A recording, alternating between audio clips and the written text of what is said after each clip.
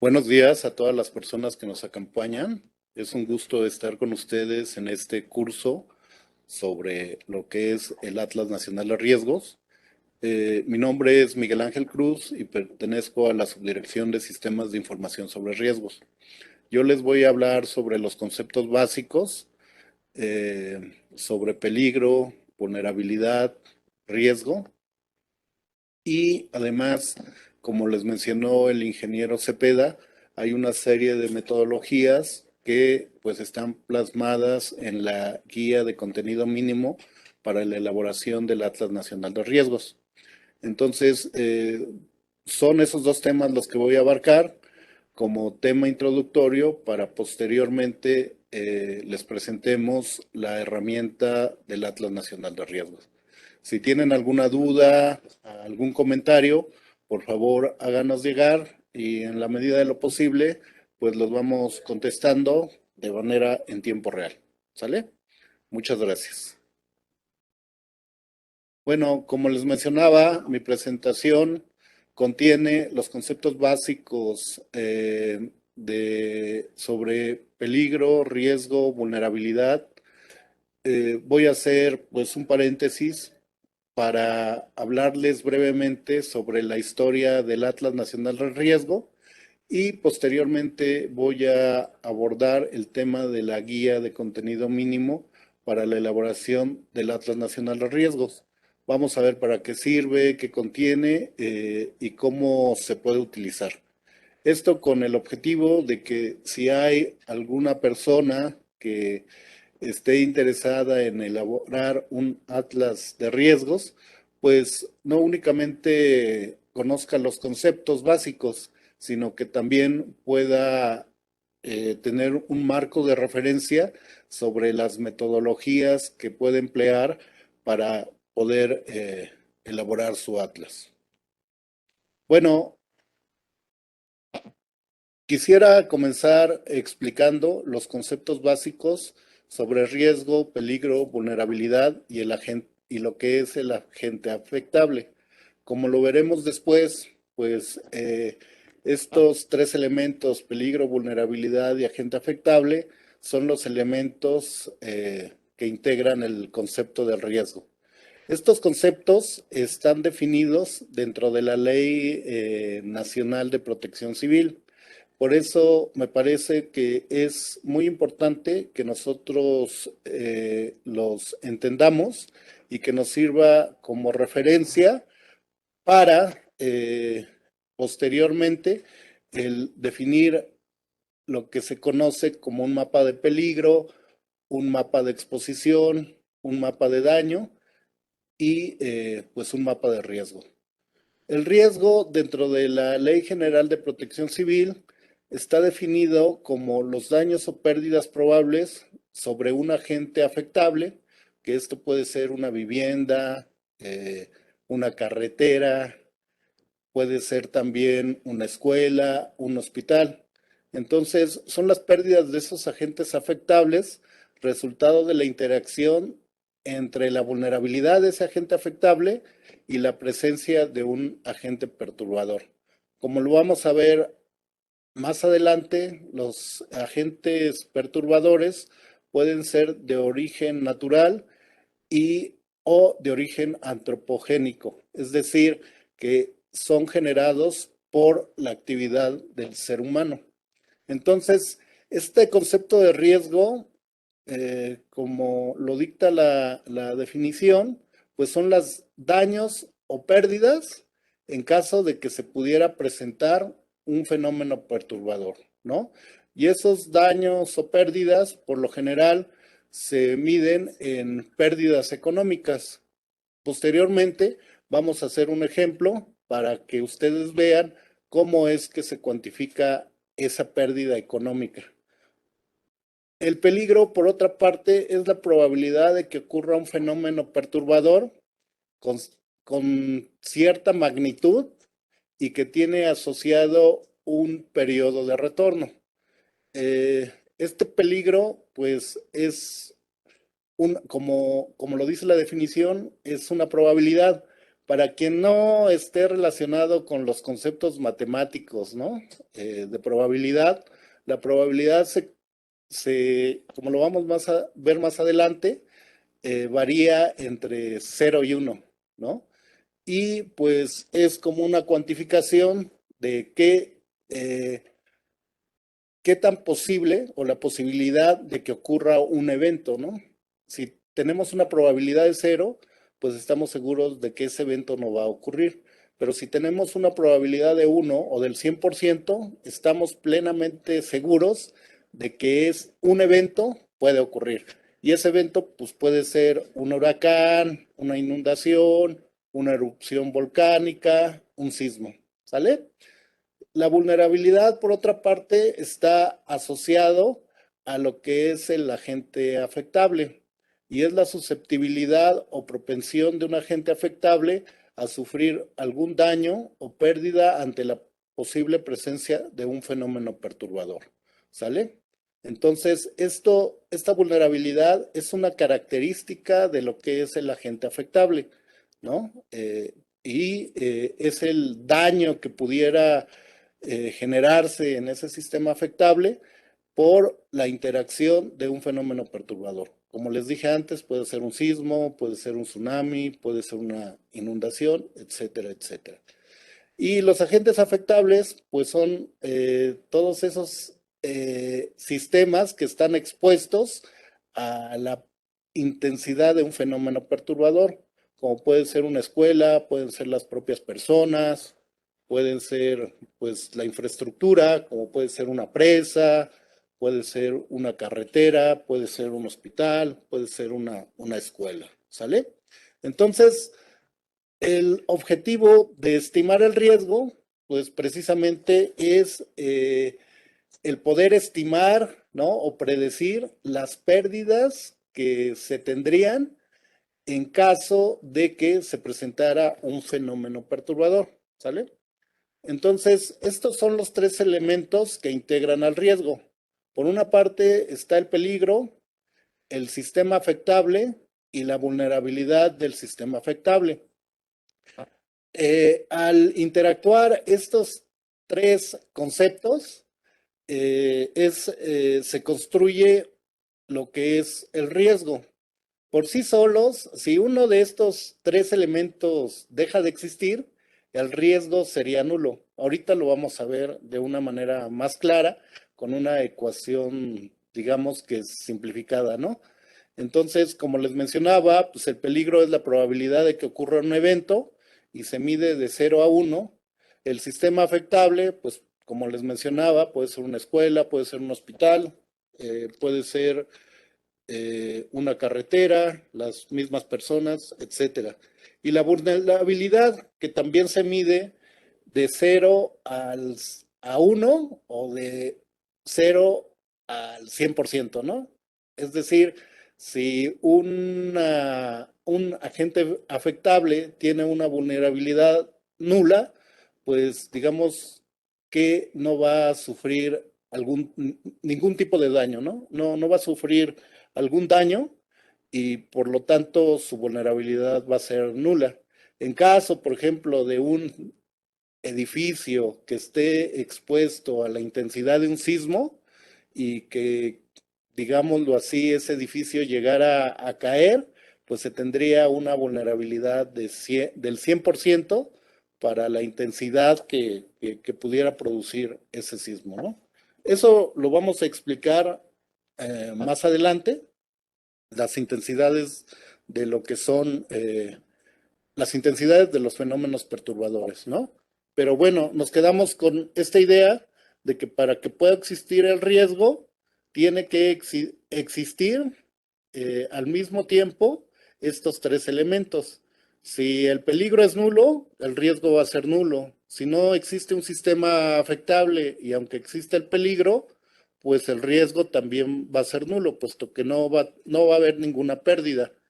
Y puede existir tanto el peligro como el sistema afectable, pero si no es vulnerable, digamos, como el ejemplo que les puse, si su vulnerabilidad es de cero, pues quiere decir que tampoco va a sufrir ningún daño y el riesgo también sería nulo, puesto que no tendríamos ningún daño o alguna pérdida económica, ¿no? Ante la presencia del fenómeno perturbador. Ahora, esta ecuacioncita es una ecuación simplificada de cómo se estima el riesgo. Y el riesgo se estima por el producto de la probabilidad, la vulnerabilidad y el costo del sistema afectable, ¿sale? Y aquí pues se ve de manera clara, si uno de estos valores es nulo, ¿no? El riesgo por sí mismo va a ser también un valor nulo, va a tener un valor nulo, puesto que cero por algún valor, cualquiera que ustedes multipliquen por cero, pues el resultado va a ser cero, ¿no? Entonces, el riesgo se calcula como el producto de la probabilidad de la vulnerabilidad del sistema afectable y el costo de ese sistema afectable, ¿sale? Ahora, de la ecuación simplificada del riesgo, vamos a hacer este análisis. Eh, Tenemos los tres elementos que, que integran al riesgo. Y vamos a analizar cada una de las variables y nos vamos a preguntar si nosotros podemos controlar esas variables, ¿no? Con el objetivo de poder reducir o mitigar un riesgo. Entonces, por ejemplo, el peligro, ¿no? Que está asociado a la presencia de un evento perturbador, pues de alguna manera no lo podemos controlar. Nosotros no podemos evitar que ocurra un sismo o que ocurra, por ejemplo, un huracán. Esa variable, pues, no va a ser controlable, puesto que nosotros no tenemos ninguna influencia sobre la actividad de la naturaleza. Por ejemplo, tampoco podemos evitar que se presente una erupción volcánica. Por lo tanto, decimos que pues no podemos controlar esa variable, ¿no? En cuanto a la variable de exposición, pues digámoslo así, que se puede controlar si es que planificamos donde, por ejemplo, podemos construir una ciudad. Si construimos una ciudad donde no, o sabemos que no va a presentarse un fenómeno perturbador, pues digamos que sí la podemos controlar. Pero, por ejemplo, en el caso de la Ciudad de México, que ya está construida y que está expuesto, por ejemplo, a los sismos o a alguna inundación, pues no se puede controlar. Entonces, la exposición la podemos controlar si es que planificamos con anticipación, eh, digámoslo así, el desarrollo territorial, ¿no? Y para eso, pues hay regulaciones, sobre todo de ese dato, que nos dicen dónde se puede construir o dónde no. Y como les digo, ¿no? En el caso de ciudades que no han sido planificadas, pues están expuestas a un peligro, ¿no? Y bueno, en este caso, la última variable es la vulnerabilidad. Entonces, la vulnerabilidad es la única variable en la cual podemos intervenir para reducirla, ¿no? Eh, por ejemplo, ¿cómo es que nosotros reducimos la vulnerabilidad? Pues, por ejemplo, mediante los reglamentos de construcción o sus normas, ¿no? Que nos dice o nos especifican para qué intensidades tenemos que construir esa infraestructura para evitar que se tenga algún daño en caso de que se presente un fenómeno perturbador. Por ejemplo, para la Ciudad de México tenemos un reglamento de construcción que nos dice para qué aceleraciones del suelo debemos de construir en caso de que se presente un sismo. O por ejemplo, cuáles son las velocidades del viento que se deben de soportar en caso de que se presente una ráfaga producida por un huracán, ¿no? Por un tornado, etcétera, etcétera. Entonces, de todas estas variables, la única que podemos controlar, ¿no? De manera muy directa es la vulnerabilidad, ¿no? De tal manera que al controlar o reducir la vulnerabilidad, podemos reducir el riesgo. Órale. Entonces, eso, pues espero que les quede claro porque posteriormente va a haber como un pequeño test donde ustedes van a ser evaluados. En caso de que tengan alguna duda sobre estos conceptos, por favor, pregúntenme y aclaramos las dudas, ¿no? Bueno, ¿cómo se calcula el peligro? El peligro, como les mencionaba, pues es una probabilidad de que ocurra un evento. Pero en el caso de los fenómenos perturbadores, el peligro se relaciona con el periodo de retorno asociado a ese fenómeno perturbador, tanto como a un lapso de tiempo en el cual esperamos que se presente dicho fenómeno. ¿Sale?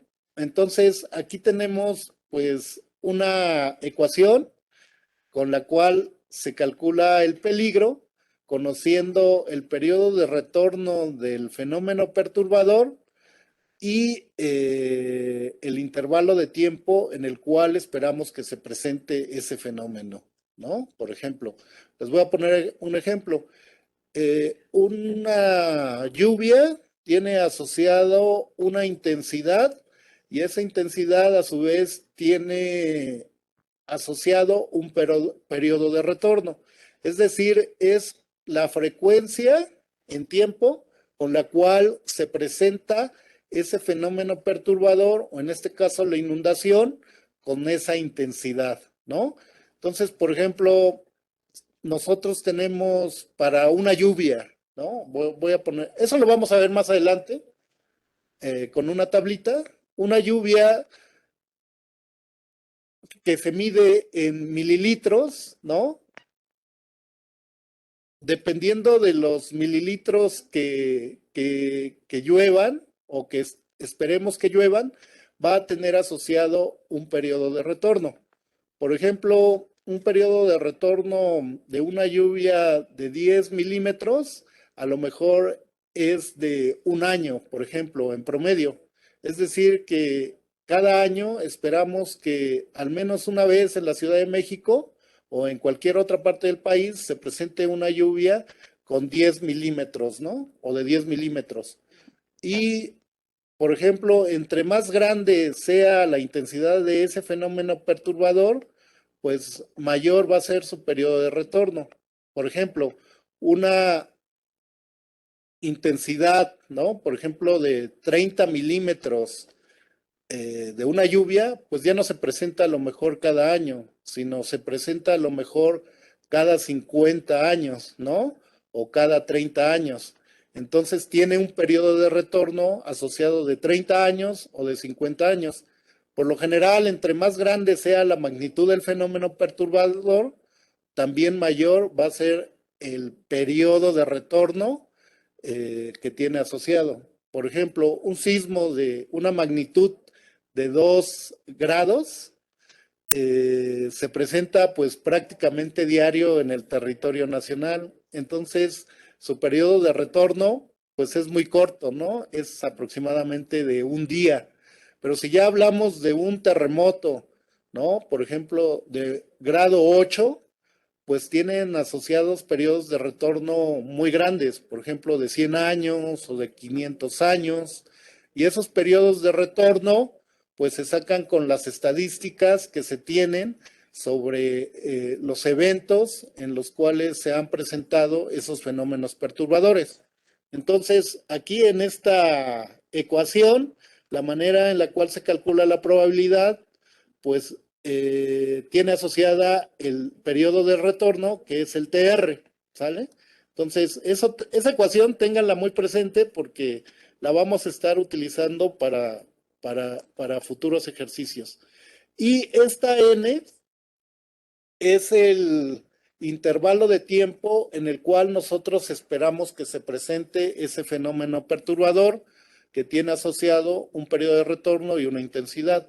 Por ejemplo, para un sismo que tiene una magnitud de 8, quizá tiene asociado un periodo de retorno de 100 años, ¿sale? Entonces, como les mencionaba, pues es muy poco probable que ese sismo, ¿no? Con esa magnitud se presente en el próximo año o quizá en los próximos 5 años. Ese intervalo de un año, de 5 años en el cual eh, estamos esperando que se presente el fenómeno perturbador es esta variable n, ¿sale? Y si podemos observar aquí un ejemplo, ¿no? El cual tenemos y nos pide calcular la probabilidad de que corra un fenómeno perturbador cualquiera con un periodo de retorno de 100 años en los próximos 100 años. Entonces, para los que no pues estén muy acostumbrados a utilizar este tipo de expresiones matemáticas, lo único que tenemos que hacer es sustituir los valores de estas variables. En este caso, el periodo de retorno del fenómeno perturbador es de 100 años y el intervalo de tiempo en el cual espero que se presente es de 100 años.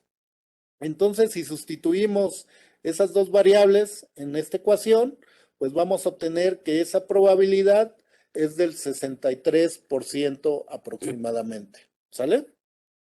Bueno, posteriormente vamos a hacer un ejemplo para una inundación utilizando estos conceptos. Y bueno, como les mencionaba, ¿qué significa esta probabilidad? ¿No? Eh, en esta tabla yo tengo el intervalo de tiempo en el cual espero que se presente una lluvia con un periodo de retorno de 50 años. Y aquí la variable que está variando es el intervalo de tiempo en el cual yo espero que se presente esa lluvia. Y el periodo de retorno, de alguna manera, se permanece constante. Entonces, ¿cuál es la probabilidad de que ocurra esa, esa lluvia que tiene un periodo de retorno de 50 años en el próximo año? Pues su probabilidad, si aplico la ecuación, es muy baja, ¿no? La ecuación de la probabilidad. Conforme yo voy incrementando el intervalo de tiempo, ¿no? En el cual espero el evento, la probabilidad vemos que va aumentando. Por ejemplo, si yo espero esa lluvia por un periodo de retorno de 50 años en los próximos 5 años, ya sube aproximadamente al 10%. ¿Y cuál es la interpretación, no, de estos números? Se interpretaría de la siguiente manera. La probabilidad de que ocurra un fenómeno perturbador con un periodo de retorno de 50 años en los próximos 5 años es del 10%.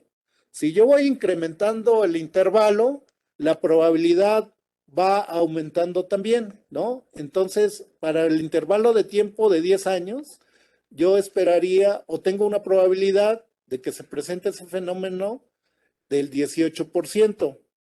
Si nos vamos, por ejemplo, a un intervalo de tiempo esperado de 100 años, la probabilidad de que ocurra ese fenómeno perturbador con un periodo de retorno de 50 años ya es muy probable, es de 87%. Si a lo mejor el intervalo de tiempo, eh, el intervalo de tiempo lo definimos como de 500 años, pues ya es muy seguro que se presente no solamente una vez esa lluvia que tiene un periodo de retorno asociado de 50 años, sino es probable de que se presente 2 o 3 veces. Entonces, entre más grande sea el intervalo de tiempo esperado, ¿no? En el cual yo espero que se presente el fenómeno perturbador, mucho mayor va a ser su probabilidad de que pueda ocurrir. ¿Sale? Bueno, esta es una manera de ejemplo, ¿no? Para que vean cómo es que varía la probabilidad dependiendo del intervalo de tiempo en el cual yo espero que se presenta o que ocurra el fenómeno perturbador. Ahora, ¿cómo estimamos la vulnerabilidad del sistema expuesto? La vulnerabilidad del sistema expuesto se estima entre la relación de el valor de la intensidad del fenómeno perturbador y los daños que pudiera producir esa intensidad. Y como pueden observar, pues también varía de 0 a 1. Como les mencionaba, si la intensidad de un sismo es nula, ¿no? En una escuela, esa vulnerabilidad de esa escuela va a ser 0, puesto que pues al no haber, digamos, interacción entre la intensidad y el sistema afectable, pues no va a sufrir ningún daño. Pero si esa intensidad de ese sismo comienza a incrementarse, en este caso la intensidad de un sismo, ¿no? La medimos por medio de su aceleración y esa aceleración nos va a causar o va a producir una fuerza horizontal en un sistema expuesto, como puede ser un edificio. Al incrementarse esa fuerza horizontal que esté interactuando con el edificio, puede causar cierto daño, ¿no? De tal manera que conforme va incrementando el valor de la intensidad, como lo vemos en el eje de las X, también la infraestructura o el sistema expuesto se hace más vulnerable, de tal manera que pueden llegar a causarse daños de 100% ante una intensidad de un fenómeno perturbador. Entonces, entre más grande es la intensidad de un fenómeno perturbador, también su vulnerabilidad va a ser mayor. Ahora, ¿cómo es que se estiman estas vulnerabilidades para diferentes sistemas expuestos? Como pueden ser escuelas, hospitales, carreteras, vivienda. Bueno, hay dos formas. Una, haciendo experimentos en laboratorio y entonces el construir un sistema expuesto, por ejemplo, una vivienda de un nivel, y someterla a la intensidad de un fenómeno perturbador, por ejemplo, una fuerza horizontal, ¿no? Que sería producida por un sismo en este caso.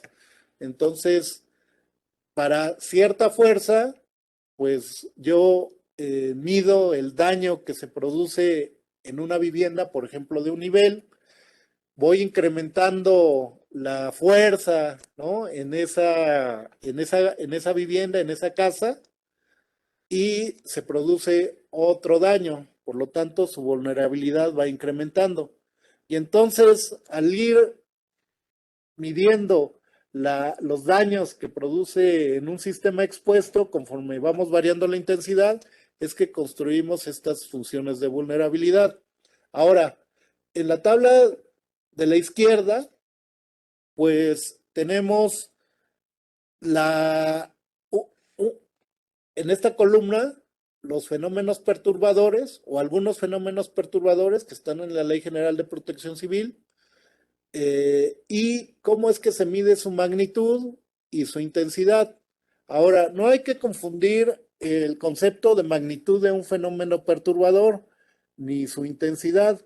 Por ejemplo, la magnitud de un fenómeno perturbador está asociado con la energía que libera ese fenómeno perturbador y la intensidad es de alguna manera la manera en la cual se manifiesta e interactúa con el sistema expuesto.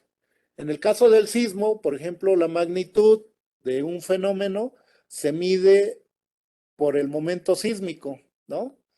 O bien la magnitud sísmica. Y la intensidad se puede medir, que ya es la intensidad, es el valor de la interacción entre el sistema expuesto, ¿no? Y del fenómeno, ¿no? Puede medirse como aceleración del terreno o la velocidad del terreno o incluso el desplazamiento del terreno. Para una inundación, la magnitud está asociada a la intensidad de la lluvia y la intensidad del fenómeno perturbador está asociado al tirante o a la altura del agua, ¿no? Que produce la inundación o la velocidad del fluido, en este caso del agua, o el tiempo de estancamiento, ¿no? El tiempo que dura esa inundación. Para el caso de un fenómeno perturbador como es un ciclón tropical, la magnitud del fenómeno es la misma que la intensidad con la cual se mide y está dada por la velocidad del viento. La velocidad del viento es lo que va a interactuar con el sistema afectable, ¿no? Por ejemplo, un edificio va a estar expuesto a cierta velocidad del viento. Por ejemplo, para una erupción volcánica, su magnitud está asociada a la energía que libera ese volcán, pero a lo mejor la intensidad está asociada a la cantidad de cenizas que tiene que soportar un techo, ¿no? Y que es esa intensidad la que puede producir un daño en ese techo, por ejemplo, ¿no? Entre mayor ceniza caiga, pues mayor daño puede sufrir el techo de una vivienda o, por ejemplo, de una planta industrial. Bueno, en este caso les voy a mostrar un ejemplo sobre cómo es que se estima la vulnerabilidad para una casa, ¿no? Que está expuesta a una inundación y que tiene asociado un periodo de retorno, un intervalo de tiempo y pues de alguna manera podemos estimar con la ecuación que les mostré el peligro o la probabilidad de que ocurra. En este caso, el periodo de retorno de la lluvia es de un año y el intervalo de tiempo es también de un año. Entonces, para esos valores, la probabilidad de que ocurra ese fenómeno perturbador es del 100%. Eso, pues como les mencionaba, entre más pequeño sea el intervalo de tiempo y el periodo de retorno, seguramente la intensidad del fenómeno va a ser muy pequeña. Van a ser lluvias que van a producir a lo mejor un encharcamiento.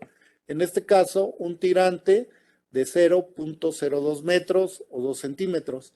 Un tirante de 2 centímetros, ¿no? No causa ningún daño a alguna vivienda. Por lo tanto, su vulnerabilidad es nula, ¿sale? Eh, si nosotros variamos el periodo de retorno de la lluvia que produce la inundación, seguramente va a producir una lluvia de mayor intensidad, ¿no? Por lo tanto, se van a presentar tirantes mayores. En este caso, pues la lluvia que produce este tirante o esta intensidad que es de 0.5 metros, tiene asociado un periodo de retorno de 10 años y el intervalo de tiempo en el cual yo espero que se presente ese fenómeno es de 20 años. Por lo tanto, la probabilidad, si ocupo nuevamente la ecuación que les mostré, de que se presente ese escenario es del 33%. Y bueno, la vulnerabilidad o el daño que produciría este tirante en esa vivienda sería del 18%. Conforme nosotros, el periodo de retorno de la lluvia que estamos esperando es mayor, también su intensidad y los efectos negativos que puede provocar a los sistemas expuestos. En este caso, el periodo de retorno de la lluvia es de 50 años, el periodo o el intervalo de tiempo en el cual yo lo espero es de 50 años y por lo tanto la probabilidad es del 64%. En este caso, al tener asociado un periodo de retorno mayor, produce una intensidad mayor, es decir, ya produce un tirante de 1.5 metros y ya un daño considerable en la vivienda del 50%. ¿Sale? Y a lo mejor para una lluvia que tiene asociado un periodo de retorno de 70 años, pues ya son intensidades mayores que me producen tirantes de inundación a lo mejor de 3 metros, ¿no? Para estos tirantes, pues el daño en la vivienda ya es del 100%. Y bueno, también si definimos cuál es la probabilidad de que ocurra en los próximos 100 años, sería del 87%. Entonces, como podemos observar, pues al variar estas variables como periodo de retorno, va variando la intensidad y se va incrementando el daño probable que puede sufrir esta vivienda, ¿no? Si nosotros relacionamos el tirante con los daños que se generan en la vivienda, pues podemos generar esta tablita y podemos construir entonces esa curva de vulnerabilidad para este tipo de vivienda. Y aquí podemos ver, conforme se va incrementando el tirante, pues llega un momento donde se va incrementando la vulnerabilidad hasta tener un daño del 100%. ¿Sale? Bueno, si nosotros queremos calcular el riesgo, es decir, la pérdida económica para este escenario, para una vivienda que vale a lo mejor 5 millones de pesos, que tiene una vulnerabilidad del 100% para cierta intensidad, ¿no? Y que tiene una probabilidad de que ocurra del 87% o de 0.87, al aplicar el concepto de la ecuación simplificada de riesgo, vamos a multiplicar el valor de la vivienda por la probabilidad de que pudiera ocurrir esa inundación por los daños probables. En este caso, el riesgo sería de 4.350.000 pesos. ¿Sale? Y esa sería la manera simplificada en la cual nosotros calculamos el riesgo para un sistema expuesto. Ahora, todos estos conceptos, nosotros, para poder manejar y utilizarlos, como decía el ingeniero Guevara, en cada una de las etapas de la gestión del riesgo, pues la manera en la cual nosotros plasmamos esta información es mediante mapas. Entonces, aquí, por ejemplo, les estoy mostrando un mapa de una inundación. Esto es un video y digámoslo así, que esto es la superficie del planeta vista desde arriba o de manera plana. Y esos colores que ustedes ven es la manera en la cual se va desbordando un río en Acapulco, específicamente el río La Sabana. Entonces, esta inundación pues produce tirantes, ¿no? En, eh, ay, perdón. Mientras dura el evento, y esos tirantes, pues de alguna manera su valor se asocia a un color. Entonces, del lado derecho estamos viendo las alturas de la inundación, digámoslo así, que eso es el tirante, y vemos que los colores rojos son los valores donde mayores tirantes se tienen dentro de la inundación, que coinciden pues con el lecho del río, ¿sí? Y los colores azules, digamos que son los lugares donde se producen las menores intensidades, ¿no? Que llegan a ser valores de 1 centímetro y que son básicamente encharcamientos. Ahora, nosotros hacemos escenarios de peligros o mapas de peligro para diferentes fenómenos perturbadores. Pueden ser, en este caso, para una inundación, pero también para un sismo.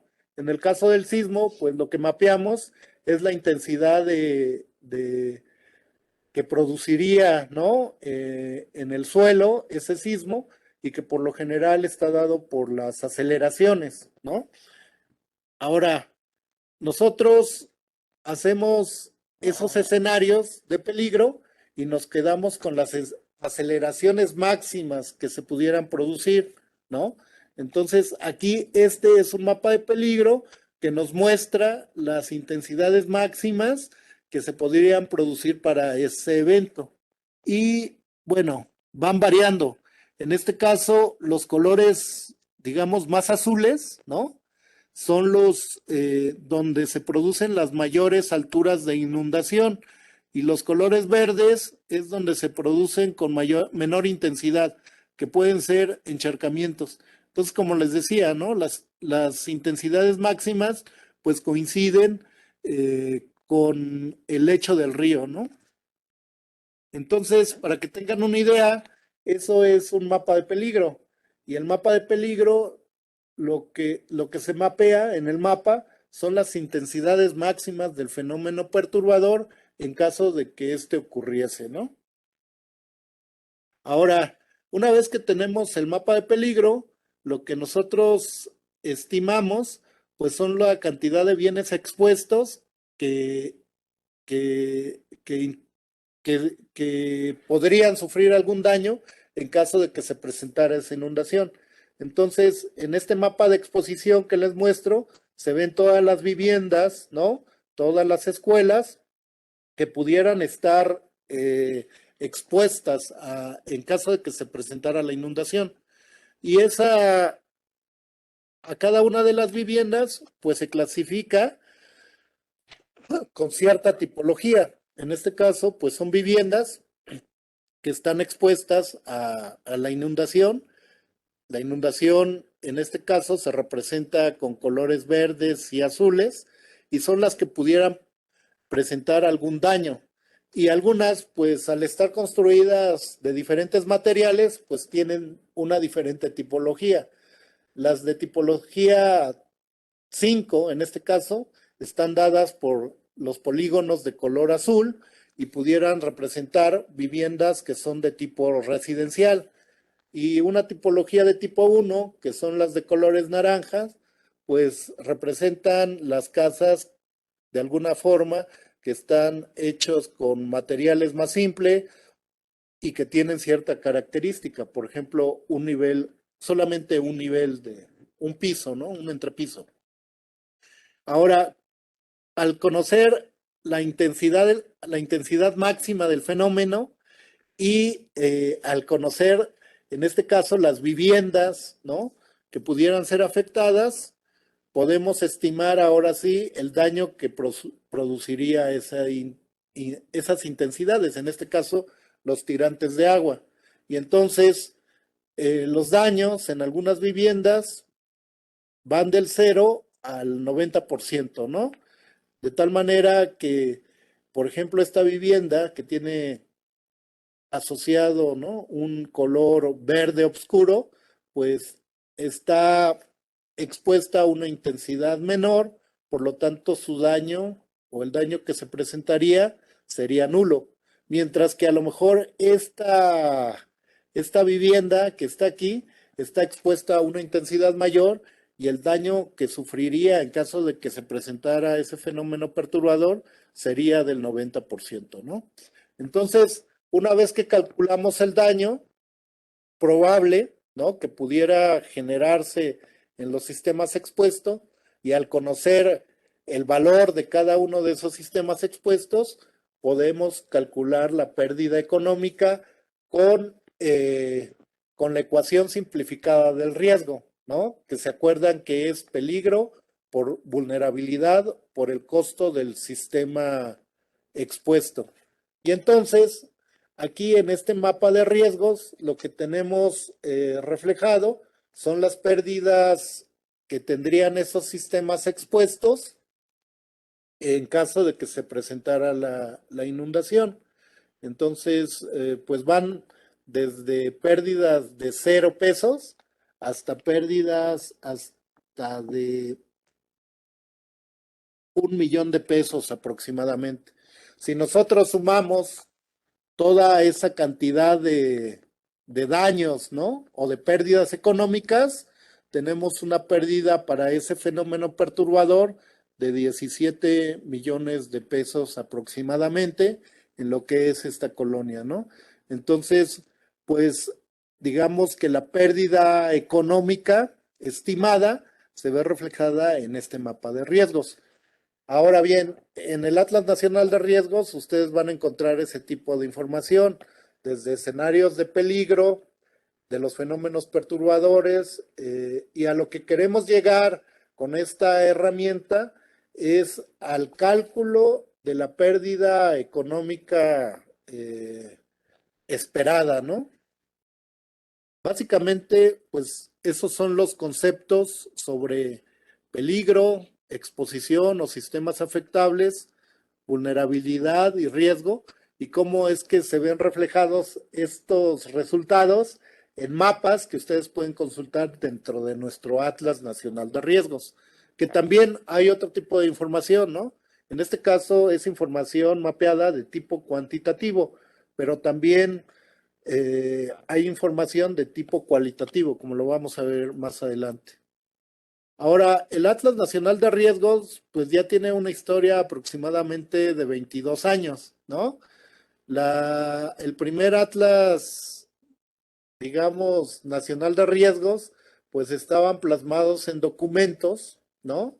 Por ejemplo, en el año 2000 se hizo un diagnóstico de los peligros a los cuales está expuesto el territorio nacional y era una publicación, pues, impresa, ¿no? Como tal. Eh, y pues esta información ustedes la pueden consultar digitalmente dentro de nuestra página del Atlas. Y pues como pueden observar, venían mapas a nivel nacional sobre las posibles intensidades de algunos fenómenos perturbadores. Ahora bien, en el año 2012 se generaron, perdón, en el 2002 los conceptos básicos sobre peligros, riesgos y vulnerabilidad que están dentro de las guías para la elaboración de atlas estatales y municipales de riesgos. Y estas metodologías, les comento, actualmente se están mejorando, ¿sí? Pero son las guías con las cuales hasta el momento se basan los municipios y los estados para la elaboración de su atlas de riesgos. Posteriormente, pues lo, la primera versión, digámoslo así, ya en un sistema de información geográfica vía web, fue el saber que era el sistema de análisis y visualización de escenarios de riesgos y el cual ya tenía mapas que donde ustedes podían consultar la información dentro de un sistema de información geográfica vía web, como el Google Maps, por ejemplo, ¿no? Y en el año 2013 se hizo una actualización del Atlas Nacional de Riesgos, donde ustedes ya podían integrar, ya integramos lo que son los atlas estatales de riesgos y nos dimos a la tarea de clasificar, ¿no?, la información de todos los atlas de riesgos para saber si eran o su contenido eran mapas de riesgo, de peligro, de sistemas expuestos o de su vulnerabilidad o de un evento o pudiera ser una amenaza, ¿no? Entonces, eso, esa información la integramos en ese sistema y ya ahora sí teníamos un sistema de información vía web que integraba el Atlas Nacional de Riesgos, ¿no? Y bueno, estas son unas imágenes o unas capturas de lo que era ese sistema, que ahorita, pues desafortunadamente, por el cambio en la tecnología, pues se tuvo que migrar a una nueva herramienta que es la que les va a presentar posteriormente el ingeniero Salvador, que es la herramienta que contiene actualmente no solamente atlas estatales o información a nivel nacional, sino ya también a nivel municipal. En el año 2015, perdón, se conformó un grupo de trabajo entre el CENAPRED, el SEDATU, CONAGUA y el Servicio Geológico Nacional con el objetivo de homologar las metodologías y ese trabajo, pues en el 2016 se vio plasmado en la guía de contenido mínimo que fue publicada en diciembre de 2016 en el Diario Oficial. Y bueno, en esas guías nos, nos explican los conceptos que ya previamente yo les he expuesto sobre peligro, riesgo, vulnerabilidad para cada uno de los fenómenos perturbadores.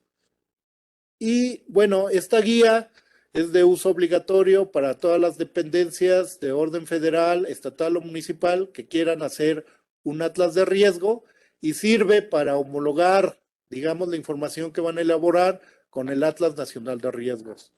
¿Para qué sirve? Pues para homologar la información espacial, homologar conceptualmente los términos, que sea compatible con el Atlas Nacional de Riesgo, la manera en la cual se elaboran los atlas de riesgos eh, y que sean útiles para su uso dentro de la gestión integral de riesgos, así que sea también como para eficientar los recursos financieros en su elaboración. Y bueno, aquí tenemos algunos ejemplos, ¿no? De los términos que usa la guía. Yo les recomiendo que les echen un ojito. Y bueno, define pues lo que es un fenómeno perturbador o una amenaza, en qué se diferencia un mapa de amenazas de un mapa de peligro, como les comentaba, cuál es la diferencia entre un mapa de peligro cualitativo o un mapa de peligro cuantitativo. En este caso, pues es un ejemplo de escenarios de peligro sísmico, y en el lado izquierdo, pues de alguna manera se clasifica el territorio de manera cualitativa en alto, medio, bajo, y en el mapa de la derecha las intensidades se mapean de manera cuantitativa, que son las aceleraciones que se pudiera presentar en caso, que pudieran ocurrir en caso de presentarse un sismo. También se tienen para cada fenómeno, pues cuáles son las intensidades, ¿no? Y los sistemas expuestos que se deben de analizar para un escenario de peligro, para cada fenómeno perturbador. En este caso, pues es un mapa de amenazas. En este caso, pues son un mapa por la presencia de cenizas volcánicas del volcán Popocatépetl. Y bueno, viene pues paso por paso lo explicado, qué sistemas expuestos se deben de analizar para cada fenómeno perturbador, los diferentes fenómenos que debe de integrar un atlas de riesgo, que pues van desde los fenómenos naturales y antrópicos. En los naturales están los geológicos, hidrometeorológicos, los químicos tecnológicos, y los de origen antrópico, sanitario-ecológicos, y de origen socioorganizativo. Viene cómo es que se deben de elaborar esos mapas, la manera en la cual se calcula el riesgo, que ya se los expliqué, cómo se debe de integrar en una plataforma informática para que sea pues fácil de usar o de consultar por parte no solamente de las autoridades que se encargan de tomar las decisiones en cada una etapa de la gestión integral de riesgos, sino también que sea accesible al público en general, y no solamente accesible, sino entendible. Viene pues la cartografía básica que se requiere para generar un mapa de peligro o de riesgo, las intensidades con las cuales se debe de medir cada fenómeno, y esa información la pueden consultar en la página del Atlas Nacional de Riesgo. Se puede consultar la guía de contenido y los anexos a los cuales hace referencia para la elaboración de escenarios de riesgos. Bueno, yo hasta aquí llegaría mi participación. Creo que me pasé un poquito en el tiempo. Buenos días, espero que les haya servido.